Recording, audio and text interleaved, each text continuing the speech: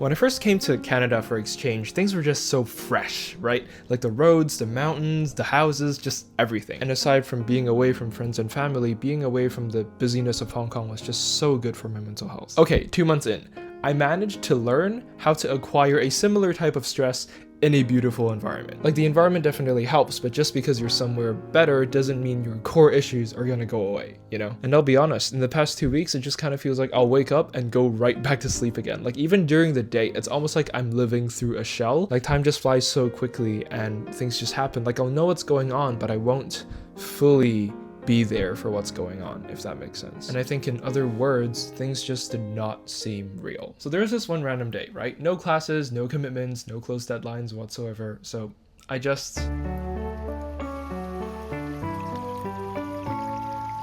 I found this park completely randomly after deciding one day that I would go to an entirely different city just to get some coffee at Tim Hortons. And this park was just right next to the gas station where the Tim Hortons was. So after I got some coffee, I came here just to walk around, and that was when things started to seem a bit more real.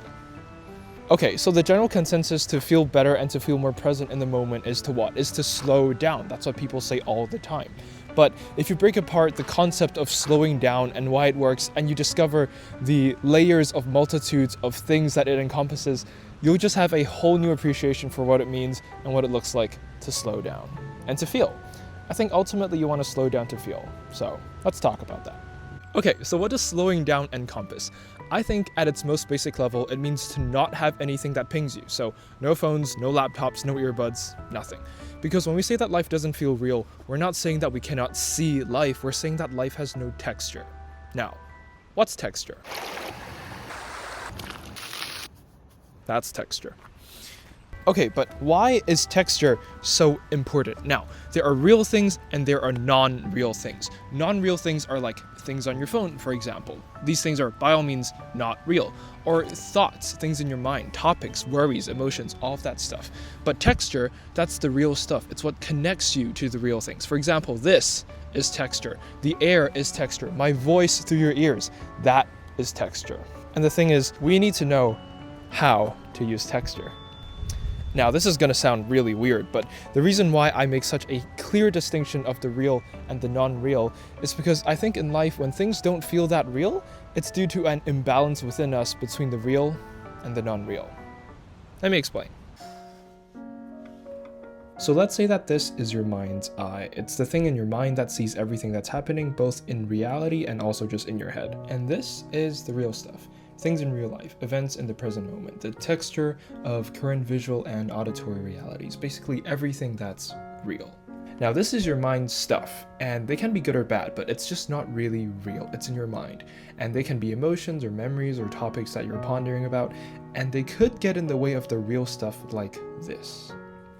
Now, you have to remember that this stuff does not completely block out the real thing. You have to imagine this stuff as almost translucent, like it distorts the real stuff in a way that mixes both the real and the unreal together. And what happens at the end of the day is that nothing feels fully real.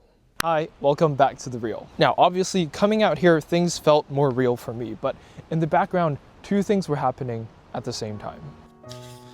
First of all, the unreal stuff is being flushed out, at least temporarily, and the real things are being pushed forward. And from what I noticed, both of those things are needed, because here's the thing, it's much easier for the unreal stuff to get out if the real stuff comes in to take its place. Because even if the unreal stuff is gone, if the real stuff doesn't come closer, you still won't feel too real, you might just feel nothing.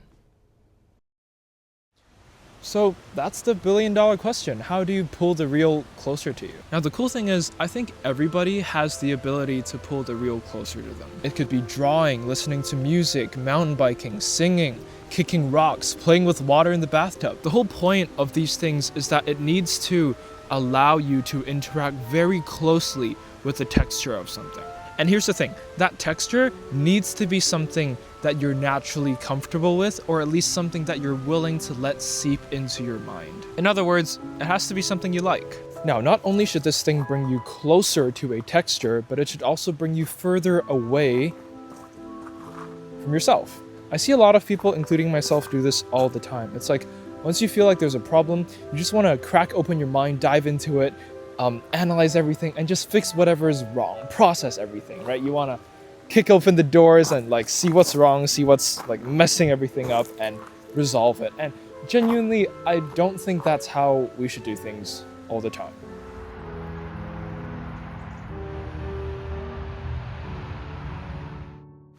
I was sitting in an alpha course this one time, and the pastor was talking about how when you look at the stars in the night sky, barely do you say, "How amazing am I?" Right? Like you don't. You're in such awe of the nature of God's creation, and you're just so focused on things that are not you, but somehow in that very moment, you feel really good. And that brings me to the other point, which is that you have to find beauty that actually heals you.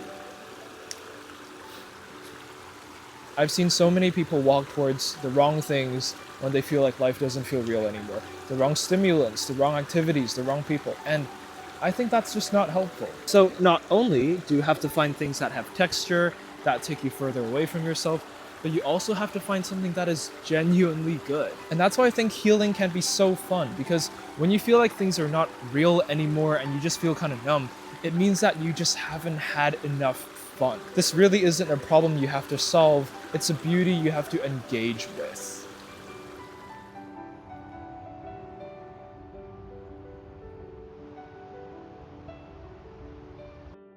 Okay, so there's another part to this story, and that's how the real and the non-real stuff can work together as a whole. So far, we've been praising the heck out of the real stuff and the textures, and completely bashing the non-real stuff. While I think that is for a good reason, because we are consumed with so much of that unreal stuff, the unreal stuff is also important. In fact, this whole darn video started as unreal stuff in here, and became real stuff in here, I guess. And this is something really awesome that I realized, and that is engaging with all this real stuff helps give your mind the strength to manage the unreal stuff. A very plain example is that after staring at this wonderful river for 5 minutes, I feel like I have more strength to give people compliments, interact with strangers, or just be grateful about things in life, you know?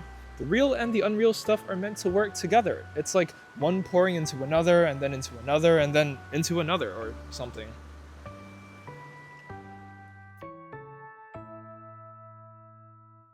Ultimately, I think the real stuff is just much nicer.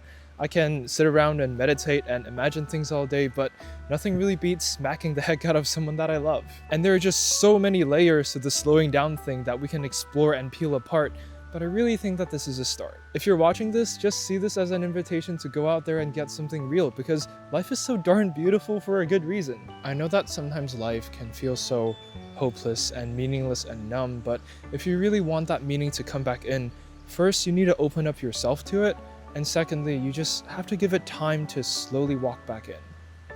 With that said, I'm gonna go for a walk.